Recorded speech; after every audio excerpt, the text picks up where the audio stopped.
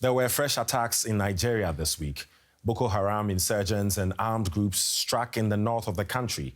The violence comes as Nigeria faces renewed scrutiny after police confirmed that more than 160 worshippers were kidnapped during Sunday church services in Kaduna State. Now, the attack was carried out by armed groups locally known as bandits, the latest in a wave of mass abductions affecting both Christians and Muslims.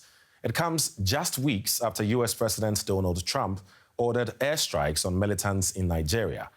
But observers say those strikes have done little to slow the violence. Worship turned into terror. Churchgoers had gathered for Sunday's service in the village of Kumin Valley when armed men stormed two churches, seizing both children and the elderly. One resident barely escaped the attack. I was there. I ran away because I saw them. I was very, very afraid for seeing them.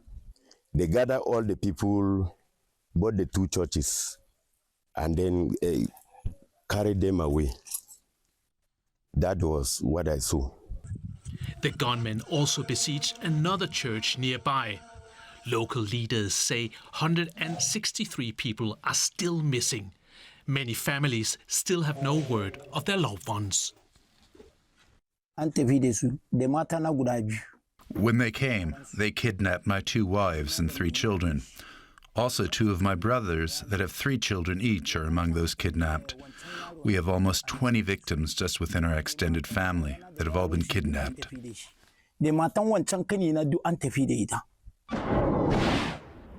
In December last year, the United States carried out airstrikes in Nigeria on the order of US President Donald Trump. He accused militants of targeting Christians. But officials and security analysts say most of the victims were civilians, and such one-off strikes do little to curb the violence spreading across the country. The Nigerian government and independent analysts insist there's no systematic persecution of Christians. They say attacks target both Muslims and Christians, often for ransom. This latest mass abduction follows a year of worsening insecurity across Nigeria, especially in the north. Armed gangs have carried out hundreds of kidnappings, targeting schools, markets, places of worship, and remote villages. Despite government assurances, right groups warn that the scale of kidnappings has grown, stretching from the northwest into central Nigeria. As families in Kumin Valley wait for news of their loved ones, many fear the crisis is only deepening. For more on this, I'm now joined by Nigeria's Minister of Defense, General Christopher Musa. Hello, sir. Welcome to DW News Africa. So, Nigeria has been battling a terrorist insurgency and criminal violence for about 16 years. How would you describe the security situation today? No, I think it's improving by the day. It's a lot better than it used to be, yes. There's no country that is 100% secured. You always have one conflict or the other.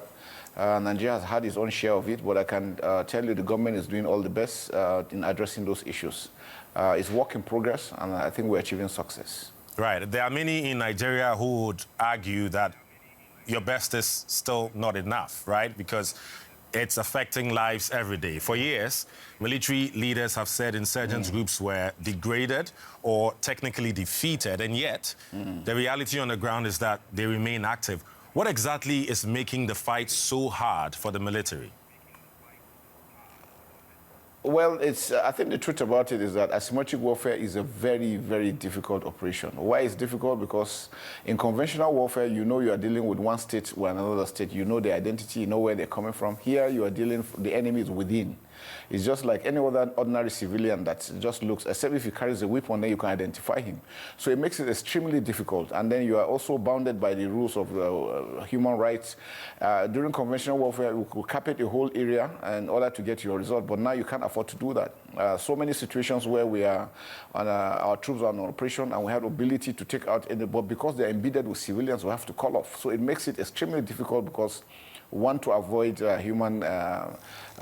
abusing the rights of other people. And so it's a very difficult operation. And it's an operation I always appeal to countries, never allow asymmetric warfare in your country, because it's a because you're dealing with ideology. It's not written on somebody's head. It's something that is inborn. So who is evil from within. Yeah. Right. Can you understand that people that are listening to you now may be saying they are hearing excuses as to why you cannot fight terrorists in your country? How do you respond to that? Yeah. Well, I don't blame them. I mean, if you don't understand something, it's always difficult to know how it goes. The truth is this, we have been on it. I can tell you now it's a lot better. Before now, so many schools are closed, so many markets not going, people can't do so much. But now, at least, the majority of Nigerians can move about. The last Christmas period, which is very important to Nigerians, especially in the southeast and other areas, people went home, celebrated, and came back safely. So that's a great improvement. Are we where we are? No. Are we on track? Yes, we're on track. And then we continue moving. You should always remember that in Nigeria, we don't produce the equipment that we use. Everything we need, we have to buy, and we have to buy in currency. Economy is trying to be balanced. There are so many demanding issues that have to be shared between the armed forces and other areas. So we don't really have all we need, but I'm happy that Mr. President has approved for our own defense industry to also partner with other original equipment manufacturers, because we believe if we're able to produce what we need, it will assist us a great deal. Right. So just to hammer a bit more on this, before becoming Minister of Defense, you served as Chief of Defense Staff. That's the highest uniformed military position in Nigeria. You oversaw the Army, the Navy, and Air Force. Why couldn't you defeat Boko Haram and other terror groups during your time? But like I told you, I mean, we've had countries that have fought with all the technology, they fought asymmetric warfare for over 20 years, and yet how did it end? So it will tell you that it is a very, very difficult operation. Would you say that your forces are overstretched at the moment? Because, yes, Nigeria is fighting threats in the north and south and even the Middle Belt. Are your forces overstretched? Yeah, well, we are surrounded by Francophone countries, sharing the common border with places like Niger, with about 1,500 kilometers, Cameroon with about 1,700 kilometers, Chad, Benin Republic. It's a whole lot. It's a whole lot we are dealing with. We are not overstretched, but what we are doing now is we're also increasing on our own capacity, the armaments, the manpower on ground, working together with other security agencies to do that. But like I told you, the greatest issue was that because we don't produce the equipment we need, and some of this equipment, you don't get them off the shelf. You have to pay for them, you have to wait for them to be produced and all this. But now that we have started producing, I can tell you that we are now improving. We have local companies that are producing APCs, MRAPs for us that we're using. Daikon is producing ammunition for our own troops. And so gradually we're also beginning to lift up. And I believe the more we do, the better it gets. Right. There's one thing having the right ammunitions to fight terror. But there's also other challenges, aren't there? Nigeria's own intelligence reports suggest troops are facing frustration and demotivation due to late salary payments. Some even told DW they have limited ammunition. How can they tackle security challenges if the basics, like bullets, are lacking? I think maybe in the past, not now. Not now. Anybody telling you that is probably a coward or doesn't want to fight. But I can tell you for real, as I was being the Chief of Defense, and before then I was a brigade commander, I was a commanding officer. I know how it used to be years back, but for now, troops are paid salary as at when due, allowances are being paid. Whatever it is, those ones that are injured are being taken care of. Nobody will tell you that he doesn't have ammunition to fight. Anybody who says so is a coward. So you have all the ammunitions to fight terror now. Is that what you're telling me? We have ammunition, yes. We have ammunition to fight. Basic equipment like helicopters, drones, we need more. Right. But I can tell you efforts are being made. The government is doing so much now in addressing these issues.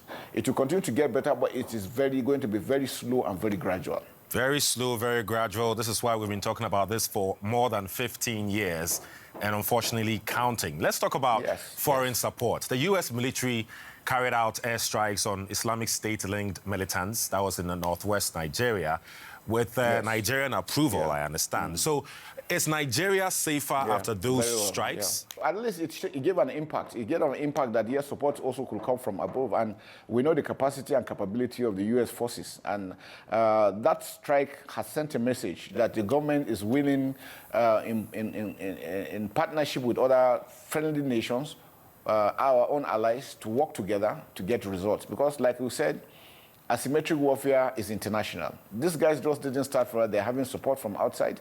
They're operating from outside. They're getting leadership from, and all this equipment are coming from outside. So making it international makes it holistic. Just like me, there are many that are wondering, you know, the tangible results that have been achieved after the U.S. strike. Because we've just seen more attacks on churches in Kaduna.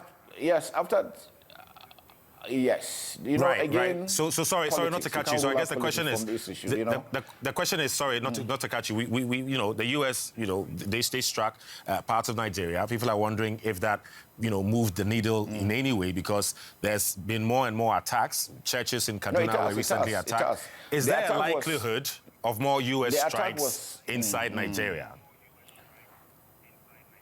Like I said, we're working closely. We want to build our own capacity so that we can do some of these things. Yes, the U.S. is assisting with a lot of surveillance, a lot of information, real-time info that will enable us to do much.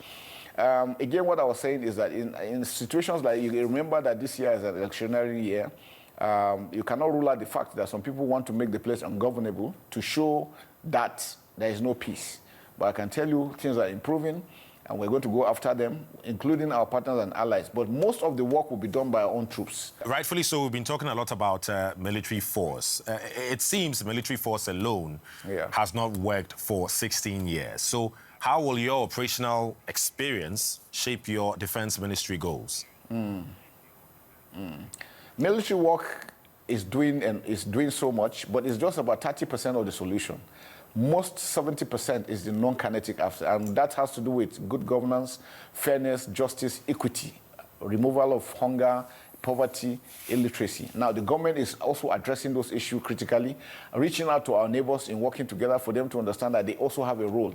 Now, what we are adopting is all of the government and all of society approach. We have tried in the Northeast where when everybody is supporting the military, supporting the security forces, we get better results. You know why some of these guys are thriving? We have certain individuals that give them information about troops movement, troops location, give them logistics, fuel, water, food, and all that. These are the things that are aggravating these issues and making it prolonged. Right. But we can assure you that efforts are being made to track them using technology to address those issues. And because those things we don't produce, it takes time to get those things to work. Right. But based on our own experience, I think we're on the right track. Yeah. Right. Wrapping it up, I'm just wondering what victory over insurgency will actually look like for Nigeria. How would citizens recognize it when it arrives? I mean, you feel it in the air. I mean, it's something you always see. I mean, like I said, schools will open freely, markets will work, production will continue within the country, the economy will develop. I'm sure Nigerian economy has continued to grow. This year, we're hoping to do 5.0% to show you that things are going, because if the insurgency is not being defeated, we can't grow. Right. But you can see that despite this, because we have diminished their capability to that extent, things are improving and things will continue to improve. So for us, it's very important that we remain very positive, working together as a team, as Nigerians, taking responsibility of what's going on within us and not allowing those insurgents to have any foothold in our land, in whatever way. Because sometimes they come in and tell you they are your brothers, they are your family members, or they are your religion or your tribe, you should take them in. No. We have appealed to Nigerians to understand that these guys have no respect for life. They kill anybody that comes their way, and it's important that we stay together. Right. So many more questions I would have loved to ask you, but due to time, we'll leave it here. General Christopher Musa, Nigeria's Minister of Defense, thank you very much for your time. Thank you for your time. Thank you very much. Thank you.